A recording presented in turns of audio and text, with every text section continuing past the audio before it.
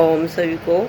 आज मैं आपको खांसी जुकाम और बुखार के लिए बताती हूँ। ये जो हमारा हाथ है इसको इस तरीके से करेंगे, देखिए। और यहाँ पर एक हार्ट सा लगेगा आपको। जहाँ पर हार्ट सा लगेगा उसके जस्ट पीछे की साइड में,